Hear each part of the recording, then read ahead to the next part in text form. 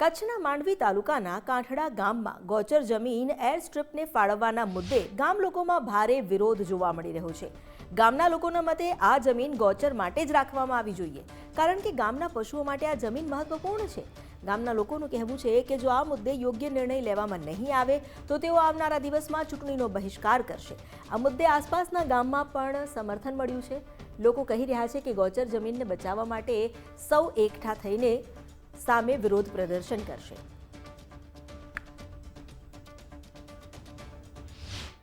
ફક્ત ને ફક્ત ગૌચર જમીન બચે એ ઉદ્દેશ્ય સાથે જનજાગૃતિનું કામ કરીએ છીએ।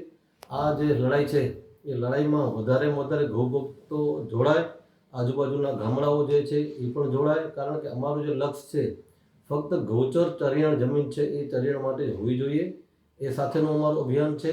આવનારા સમયમાં પણ અમે બધાને કહીએ છીએ કે એક મોટી સભાનું પણ આયોજન કરશું। એ માટે વધુમાં વધુ કાંઠડા ગામ ગૌચર સમિતિ છે એ સાથે જોડાય, કારણ કે આજે નહીં જોડાય તો ક્યારેય પણ નહીં, કારણ કે બધું ડેવલપમેન્ટ થયા પછી કાંઈ પણ આપણે જાગશું તો કોઈ મતલબ નથી।